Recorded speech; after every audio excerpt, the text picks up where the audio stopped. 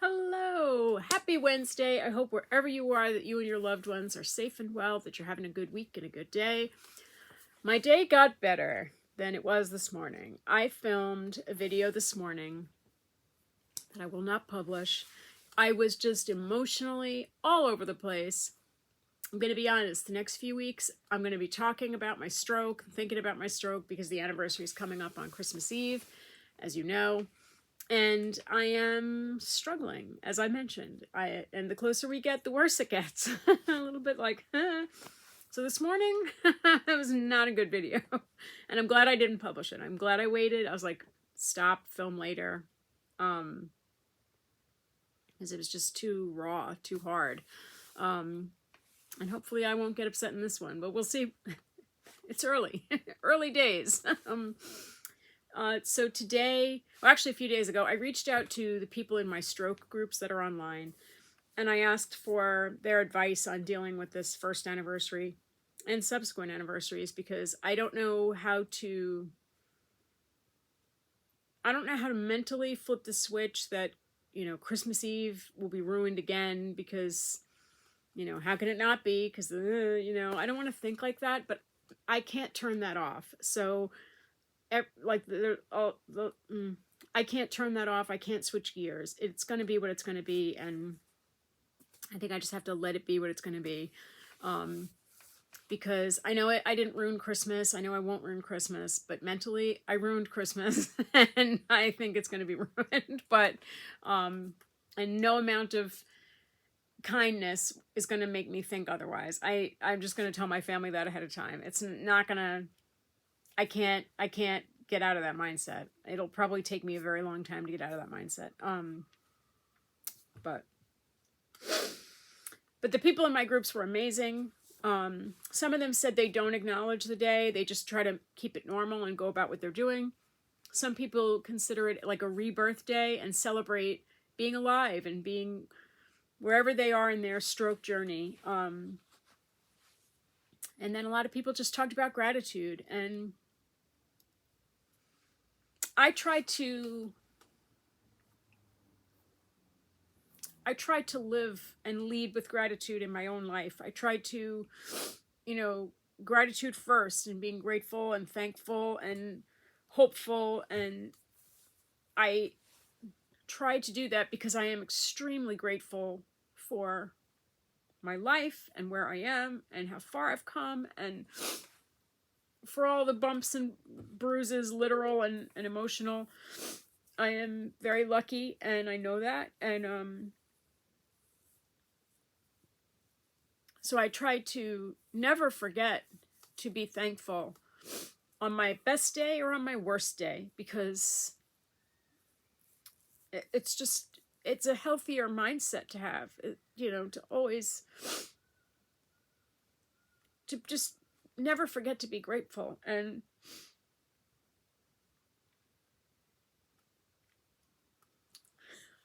that's what I was trying not to do. And so I liked thinking about that, and I have been thinking a lot about all of the extraordinary people in my life who have helped me on my best days and on my worst days, and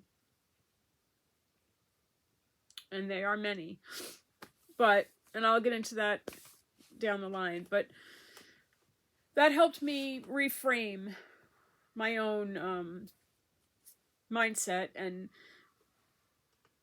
but someone else said you have to meet yourself where you are, and used my own words. Like, I was thinking, like, I say that and just be where I am, and give myself grace and space, and however I feel, however I acknowledge it or not acknowledge it, is exactly right. And they're right. But I had to ask people who have been through the exact same thing or similar, and it was a good thing to do. It was the right thing to do. And I can't believe I hadn't thought about that. I had to pull back from those groups initially, because I was still going through, physical therapy, and just mentally I was still trying to cope with before my heart procedure and everything, and I couldn't read about people having things get worse or having another stroke, or I couldn't hear that. And I still can't always. I don't, on a day when I can't be supportive and hopeful and helpful for somebody, I just stay back, because if I'm having a hard day and I can't be the best version of myself for other people, I don't insert myself into the situation, because I'm not going to be helpful. I really won't be. And I, I do the same thing with my CRPS group, which I have not been very active in, unfortunately, because I can't stay online long. But if I can't be Beck at her top form, then I'm not going to be in there, because I feel like when we're going to go to bat for other people, we have to be our strongest, because that way we're also going to bat for ourselves. But I feel like if I'm just down on myself or not feeling well, I'm not going to be able to be helpful. So I pulled back a lot, and I've started to go back in and read people's posts and, just try to be supportive, because a person reached out to me and told me that they're about to get their PFO repaired, and how did that go, and what did I have done? And so we had a dialogue back and forth, and I hope that I helped them, because before my PFO was closed, that felt like threat level midnight. Like this is like the worst thing ever, and like the stroke was the worst thing ever, and then it got worse by having to have that stupid thing repaired. But now I'm, how far out from am I? I don't know how many months. And it just feels like, what am I, 8 months out? It just feels like it happened a million years ago. And that's the way traumatic dramatics work. Like everything is like, when it happens. And then things start to, and then it's like, wait, when did that happen? And it happened, but you're not living with it in this right here kind of a situation.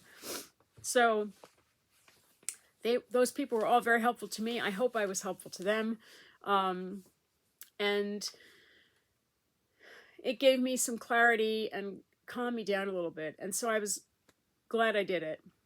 I finally went to the library and brought my last donations of books. I went on Monday, and then I went today. And of course it was a rainy day, so I figured, why not go to the library today with some books and make that happen. And when I put the last book in the bin, I really wanted to start singing We Are the Champions, because I was so proud of myself. And then I realized you're in the middle of the library, you got to get a grip. But I had a lot of books from when I was at FIT in my program, and they've been sitting up on the bookshelf. They're highly technical, costume design, and like books I don't mentally or physically think I'll ever benefit from again. And they were practically new. We barely used them. And so I felt like maybe somebody will benefit from that right now. You know what I mean? And I would rather, and some sewing books that still had the patterns in them that I never used. I bought them like 15, 20 years ago. And I figured, you know what? Maybe somebody can enjoy them right now, and because they're just collecting dust up there. And obviously we still have a lot of books, but I think it all told it was like 70, 75 books, I think. And I'm happy with that, because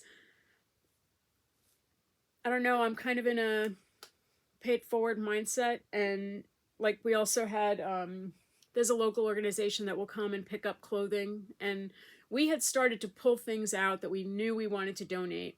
And then the pandemic hit, and no one was taking anything. And so we had these designated piles, each of us, definitely donate. And then they were just sitting here, and we couldn't do anything with them. And so then we were doing like additional pulls, like pulling out of like summer things and winter things. And when it was off season, we weren't thinking about it.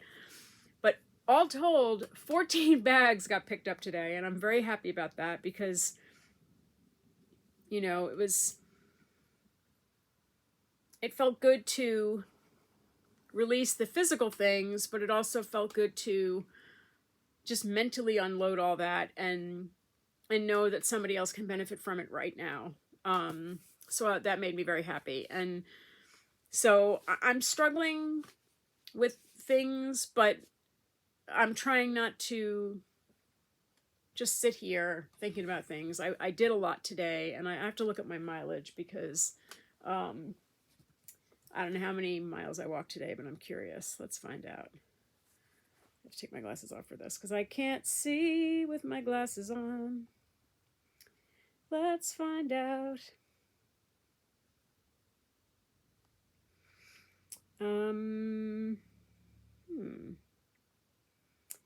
Show all health data. Ooh, I walked 4.2 miles today.